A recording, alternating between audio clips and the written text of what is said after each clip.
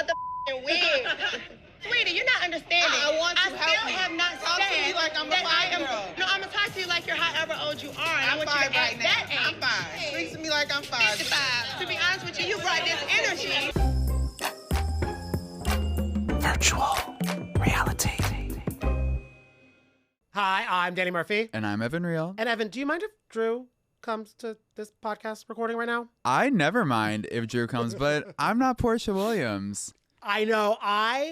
We've been saying that Angela really has been delivering so much fun this season of Atlanta. And by fun, I mean, she's taking on everybody, including Porsha Williams. What I won't do is allow a group of women to just talk about one woman who's not here. I didn't even do that. They asked, where was she? Because they've known us to be cool. Okay. I feel like that's a really brave move for a newbie to come at an OG like this, and especially Porsha, whose return to Atlanta was so anticipated. The show, I feel like a lot of people thought it was going to be Porsha and Friends, including Porsha, but the way that Angela and a lot of the other girls have been interacting this season, it really isn't the Porsha show. No, even though I love how you calling it Porsha and Friends, because she's trying to make this birthday trip a spinoff, because she's like, hey, Bravo, I'm inviting some people. So, like, her real non-housewives friends. Yeah. But she needed that. It was her birthday. It was her birthday. But I love that Angela knows a housewife's birthday and a housewife cast trip. Oh, I'm bringing some fun. And the fun is Drew Sidora. Yeah. And I do you think Porsha knew what the housing, the room setup was going to be? Yeah. The bunk beds and the four. I will say, and I love Kelly so much, but if there was anyone on the cast to feel comfortable in a bunk bed, I feel like it would be Kelly, just because she's so cute and petite and tiny and bunk bed sized. It seems like no fighting really started from this, and it made me laugh remembering Stacey coming late to the Potomac trip, and she's like, "Oh, I get a bunk bed." I know, guys, so sweet and I get to bond. so this pure. is so fun. So I'm glad none of that. Maybe all the ladies were just like, we had a lot of drama. I'll just deal with. Well, I mean, everyone has their rooms. I didn't see anyone fully unpack, so maybe they're like, I'm not really in this room. Yeah, I don't think anyone unpacked in the bunk bed room. I do feel like the Kevin I Shrunk the Kids room, which was so funny, Kelly getting her 90s movies mixed up. Well, if I would have known I was going to be in the room from the movie Kevin and Shrunk the Goddamn Kids in the attic. The movie's called Honey. Honey, I Shrunk the Kids. Okay, yeah. Was it Kevin, though? Kevin was in Home Alone.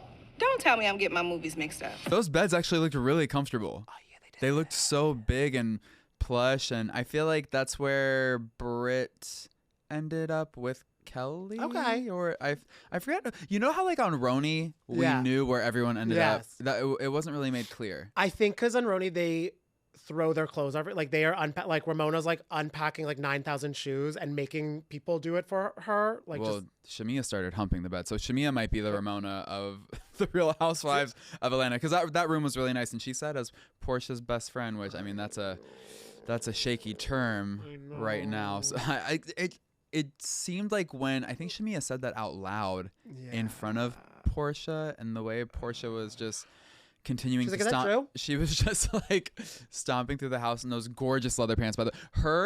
Portia's Nashville arrival outfit was so hot. I was so obsessed with that. I think that actually Dolores Catania from The Real Housewives of New Jersey wore those pants to one of the live shows for Virtual Reality. Wow. Okay. Yeah. Two gorgeous women knowing how to shop. Yeah.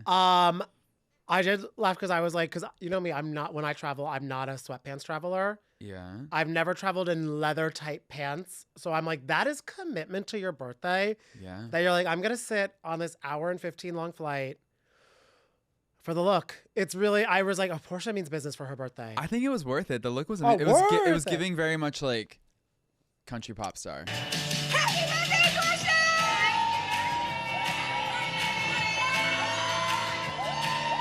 Yes. Which is perfect for Nashville. And I love that, because we're talking about Angela. Angela arrived late because she missed her flight. Yeah. Wasted not a second of time. Yeah. She came into the house that they are staying at, and she, in a confessional, was like, you ever walk in a room and you know everyone's talking about you? Which she was correct about. But they were talking about Britt and her. But I love that Angela sits down and she's like, Porsha, I'm so excited for this weekend, and I feel I want Drew here. And it wasn't the first time she told Porsha that, because she told her that on the FaceTime that Porsha had to invite everybody. And Portia's like, I think you're on mute. I'm gonna do a birthday trip in Nashville. I'm missing my Chicago partner on this Zoom. Can I have a +1? For some reason, Angela, your call is the only one silent. And then Angela's reasoning was she didn't say no. So it wasn't a no. Mm-hmm. And if it's not a no, then I guess it's a yes. Yes, it's right? the affirmation. Right. Everyone is welcome here. What did you, so with all that, we also have to unpack the Neiman Marcus stocking cover. Oh, yeah. So Angela ran into Britt and Kelly at Neiman Marcus. And Britt and Kelly shared a very different account than what Angela shared. It's reminding me of Abby Lee Miller versus Tate McRae that we unpacked at Virtual Reality in the past episode, where Abby said Tate nose in the air, but then Tate's gay best friend, who's a dancer, said, we had a lovely chat with her. Right. Britt and Kelly in this moment saying Angela saw them and hid behind clothes and her big glasses. Which then made us go back to a previous scene where Angela was asking her children how her face looked because she had recently gotten Botox to help the appearance of her nose job looking less pinched, and then her face blew up from the Botox. So, and you're a rhino boy. Is that a thing? I've never heard of this, and I've done a lot of rhinoplasty research because I've had a nose job. I've never heard of using Botox to make your nose look less pinched, but maybe that's a corner of nose job internet I have yet to occupy. Okay. I could get there. Yeah. Because I might be looking in the mirror and say, "Oh, I look a little pinched. How can we fix this? Maybe it's Botox." But I guess she had a bad reaction to the Botox, made her face blow up, and I feel like that's when she ran into the ladies at Neiman Marcus. Now she was saying she did not duck and cover and hide in a pile of clothes like Britt had said. She said that she welcomed them with open arms and was excited to have a conversation. That's when Britt was like, "Oh, you show me love," and Angela's like, "When I show love, I mean it. You'll know when I don't." It was good vibes. I was receptive to your hug. So was that real or not real? I'm not fake. And if I show you love, I mean it. And I love that, Angela really is a Taurus. If she was dealing with like a face reaction to something, she's like, I still want to go to Neiman Marcus. I just want to make classes. Yeah. I'm just going to make it happen. Because that would be you. If your face blew up from Botox, you would also... I feel like you would find peace, solace, and healing at Neiman Marcus. It's so air-conditioned. And like the nice like tile floor, just touching all the things. And especially like that with Angela Oakley's bank account. Because remember when was it her? She's like, it's Cartier. I'm like, I don't have that, Angela. I know. She said it when she was here for tea time. Yeah. She's like, yeah, this is Cartier. Like, it was no big deal. It's just diamonds. I think she also told us that she spent more than 6 figures on her season 1 wardrobe. So yeah, it'd be fun to go to Neiman with her. But we have to talk about. So after Angela was like, okay, Drew's coming, she called Drew and was like, hey, we got the, I don't know if I'm gonna call it green light, the yellow light. Is it gonna go slow? Or, if you're gonna make the light, speed through it. You know what I mean? Kind of like, come on. And Drew kind of is like, oh, I'll think about it, which I hate because then it kind of like makes Angela look like a fool a little bit for pushing so hard, and almost seeming like pushing so hard to push buttons that didn't have to be pushed. Yeah, but then it sort of facilitates space for Drew to have a very dramatic late entrance. Exactly. Well, also a dramatic party at Dennis's bar. Well, dramatic party. It's like when you invite the whole class. You have to invite the whole class to a party, but no one shows up. Oh, it made me feel sad for Drew. I know. It was the cut to was just so hysterical. Them talking about Drew in Nashville, and then she is at Dennis's nightlife establishment. The name of the establishment is escaping me at the moment, but she and her sister Allison are upstairs to celebrate the fact that her album was picked up by a record label. Album coming soon. Oh, how cute. Yay! Tonight I'm at Crew to celebrate that we got offered a record deal with Connect Music. Hey, thanks for the bottle, bro. So she got a record deal, which is very exciting. I'm a fan of Drew and her music. And I'm here to congratulate you, Drew. Congratulations. And the album's out, so it's fabulous. And the album's out. We love to see it. We love to hear it. But celebrating this milestone, it was only Drew and Allison. It looked like they were tucked into the back corner of an attic where a bottle service girl or maybe a few bottle service. I'm only remembering one with the sign. And the one bottle. A small bottle. It was a small bottle. It looked like an airplane bottle, I thought. I don't know. Maybe she could bring it on the flight to Nashville.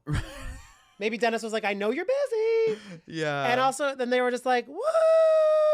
I know. Yeah. I thought Dennis was going to be there.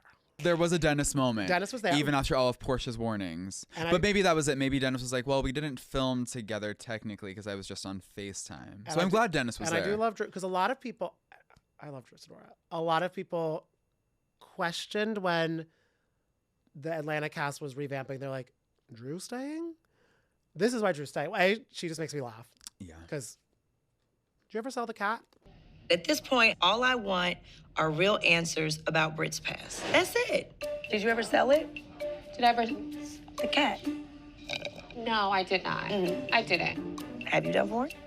I have not done. I have not. Excuse me. I have not done. Ugh, I can't even talk. Oh, Lord. So I have not done porn. Oh my God. I know the meetup with Brit was pretty good. Brit, so funny.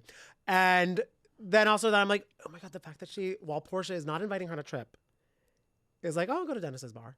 I know. She's so messy. Chess. She's so messy. Chess, but not checkers. I live for the mess. I do think that Drew is so essential to the show, and especially essential to this current cast. We need someone to consistently activate Porsha. I know. The Tauruses are on her. Right? Yes. Angela, Drew, soon to be Shamia. I don't even know if Shamia will go after Porsha. Even though Shamia's a Taurus too. Yes. Oh my God, they're all Tauruses, Why and this they're season's so all great. clashing with Porsha, who is a Cancer. What is your energy with Cancers? Because you're a Taurus, Danny. Is there something I don't there? like Cancers. Do you not have many Cancers in your life? No, I do. You do. Yeah, and I Do you like her. clash with any of them? No. Interesting. They've never not invited me on a trip. Oh. So, Okay, so. and I've never showed them a song of mine, Oh. and they said, "Is that Drew?" Mm. Even though I'd love to be compared to Drew's singing voice. Was this at the episode where Shamia was like, and no offense, but I hit the notes. I was watching with my friend Michelle, and she was laughing that the Brit and Drew meetup reminded us of the Kelly and Porsha meetup, where it's like they just kind of said slightly awful things to each other, and then we're like, oh, but cheers. I do love that.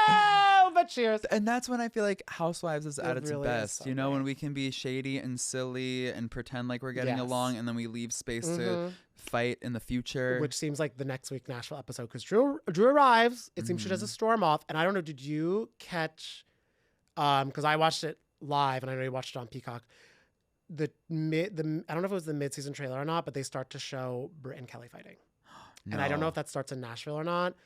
Because we know now, Kelly and Britt are not good. Yeah. It's funny how the two newbies have turned on Britt, and then she's turned to Porsha. Yeah, and I didn't know. I thought Kelly and Britt happened more off. I thought that was after the fact. I didn't know we were going to see it on camera.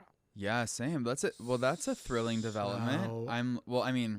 Thrilling for the viewers, because I'm sure it'll be explosive and entertaining to watch, but not thrilling for them. Yeah. No, but I mean, I am excited to see what goes down in Nashville for the rest of the show. Are you excited to see more Ralph and Drew legal drama play out? Because I don't love to see it, because I'm so sad for them as a family union. However, I did find that part of the episode wildly interesting. The back and forth between the legal teams, also Drew feeling compelled to roll down her window and say you're a dumbass. What? Idiot. You're a dumbass. I want you to know that. You're a dumbass. You're a dumbass for that shit in there.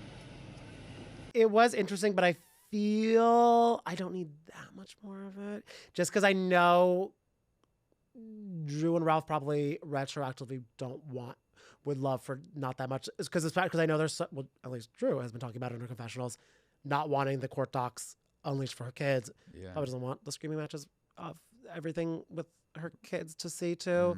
So I hope Drew's main drama is with Porsha on the show. Yeah. Do you know what's interesting to me though is that Ralph? I mean, I know he's in the basement and he. Oh my God! Wait, when Porsha opens the basement, Oh. Drew. That was funny. But go on. Like, he is able to stay in the basement, so obviously he's around the cameras, which are documenting Drew's life. But he's actively participating in confessionals and being a part of the show, which in a way sort of helps Drew because it's more content to capture. I do wonder though if Ralph is getting compensated for his appearances on the show, because it's not really certain at this point in where the Housewives universe is if spouses do, or estranged spouses do get compensated. I just can't imagine him hanging around so much and showing up to confessionals without that.